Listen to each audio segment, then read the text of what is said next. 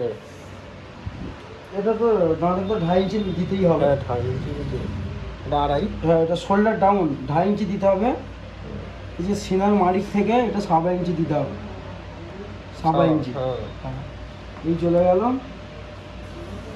এই যে ব্যাকের যে হিস্সাটা আছে এটা 1/2 ইঞ্চি ওদিক ছেড়ে দিতে হবে, মানে 1/2 ইঞ্চি ব্যাকে নাম থাকবে, তবে সামনে ঠিকঠাক বসবে।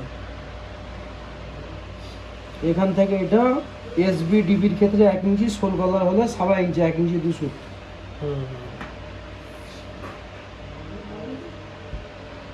এই স্কেল বসে গেল।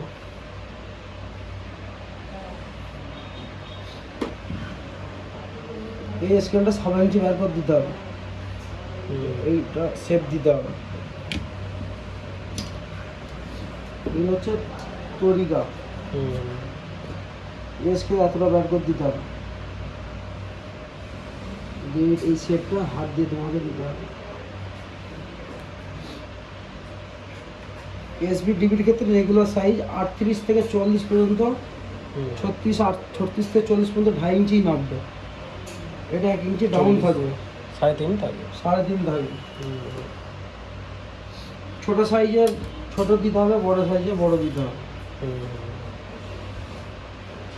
এটা 1.25 ইঞ্চি দিলাম, 2 ইঞ্চির কমই থাকবে বেরেস। এই শেপ দিতে হবে, শেপটা ভালো করতে গেলে।